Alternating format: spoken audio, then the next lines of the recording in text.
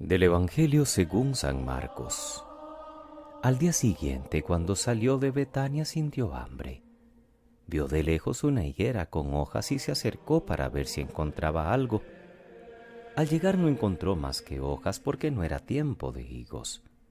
Entonces le dijo: «Nunca jamás coma nadie de ti».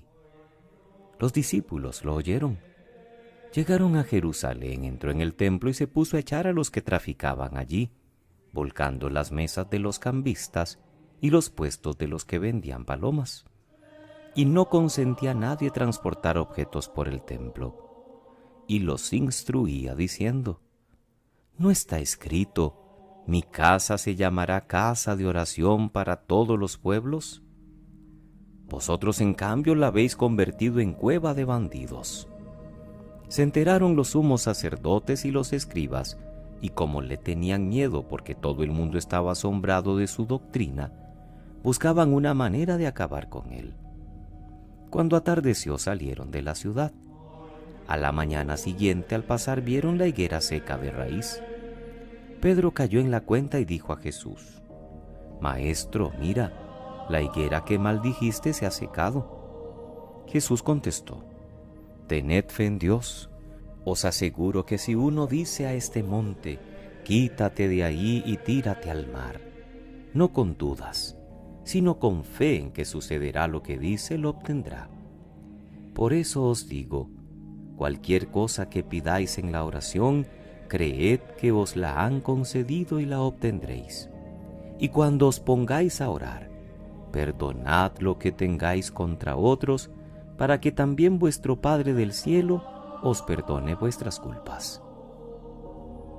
Palabra del Señor. Gloria a ti, Señor Jesús. Es viernes 28 de mayo, queridos hermanos. Luego de la celebración de Jesucristo, sumo y eterno sacerdote, que tuvimos ayer, hoy continuamos con la lectura del libro del Siráside o Eclesiástico, ya también llegando a su fin, porque solamente lo leeremos hoy y mañana. La próxima semana iniciaremos con el libro de Tobías. Estamos en el capítulo 44 de este libro. De este capítulo al 50, el autor sagrado se dedica a entonar las alabanzas de los antepasados ilustres del pueblo de Israel, una galería de personajes desde Enoc y Noé hasta Nehemías y el sumo sacerdote Simón. Aquí solo leemos unas pocas líneas. No estaría mal que al menos echáramos una ojeada a la lista tomando la Biblia en la mano. Es como un álbum de fotos familiar, si me permiten la comparación, en que se van recordando con su correspondiente elogio muchos nombres que han dejado huella en la historia del pueblo de Israel. Sobre todo subraya el sabio a los hombres de bien, porque sus bienes perduran en su descendencia, su heredad pasa de hijos a nietos. Y se puede entender mejor esta perspectiva si recordamos que en el Antiguo Testamento no tenían clara la idea de la otra vida. Por eso aquí habla de supervivencia en el recuerdo y en la vida de los descendientes. Ya es de admirar que tantos creyentes del Antiguo Testamento fueran fieles a Dios a pesar de la escasa luz que iluminaba su esperanza, porque no vieron más que entre sombras la figura futura del Salvador enviado por Dios. Hoy nosotros tenemos cierta ventaja respecto a ellos, porque además de esos personajes del Antiguo Testamento, que también recordamos y de los que tanto aprendemos, nuestro propio martirologio, con todos los beatos y santos que la Iglesia reconoce como salvados y modelos de una vida evangélica. De entre ellos en el calendario la comunidad destaca unos pocos a los que rinde culto en la Iglesia universal o en las iglesias locales. El texto del Evangelio de hoy es continuación del que ayer tendríamos que haber leído, de la curación de Bartimeo, un ciego que oye pasar a Jesús y que es sanado por él. Un relato muy sencillo pero lleno de detalles y símbolo de la ceguera humana espiritual. La escena de hoy es inmediatamente posterior. Jesús llega a Jerusalén y se da hoy una escena simbólica en torno a la higuera estéril, y otra acción no menos simbólica y valiente, que es Jesús expulsando a los mercaderes del templo. La higuera no tenía frutos, y Marcos dice que no era época.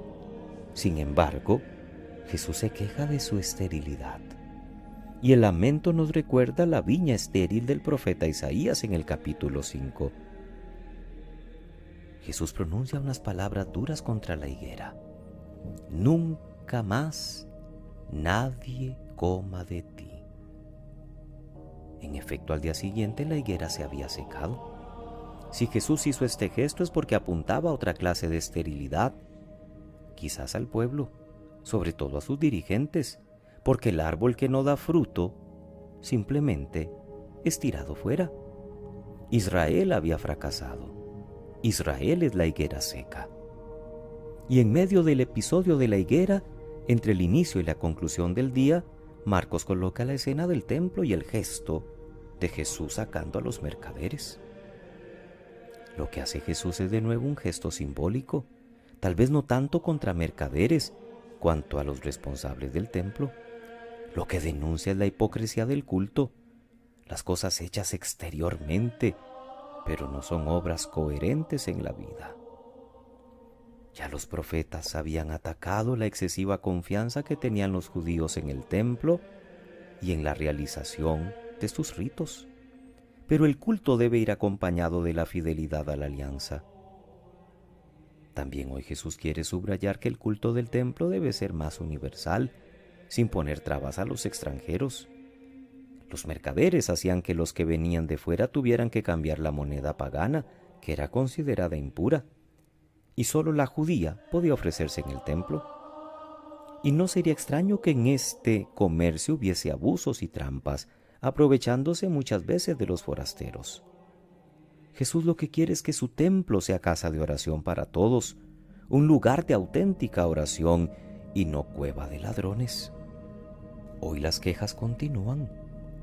Y lo peor es que también podría estar defraudado de nosotros por nuestra esterilidad o por el clima de nuestras celebraciones litúrgicas. Se podría decir de nosotros, de cada uno y de la comunidad, que somos higuera estéril. Valdría la pena que hiciéramos un alto en el camino y nos dejáramos interpelar por Cristo, porque sería triste defraudar a Dios no dando frutos o dándolos de muy poca calidad. Y el aviso lo irá repitiendo Jesús en los días sucesivos, con la parábola de los viñadores, que no producen nada del campo que es arrendado. No podemos alegrarnos con pensar que los que se sientan en el banquillo de los acusados son los israelitas. También nosotros, en la medida en que no demos los frutos que Dios esperaba. Finalmente, el texto de hoy termina invitándonos a la oración llena de fe, a la caridad fraterna y al perdón de las ofensas. Es lo que en el Padre Nuestro decimos cada día, con una de las peticiones más comprometedoras que nos enseñó Jesús. Perdona nuestras ofensas como nosotros perdonamos a los que nos ofenden. Que pasen muy feliz viernes, queridos hermanos. Que Dios les bendiga.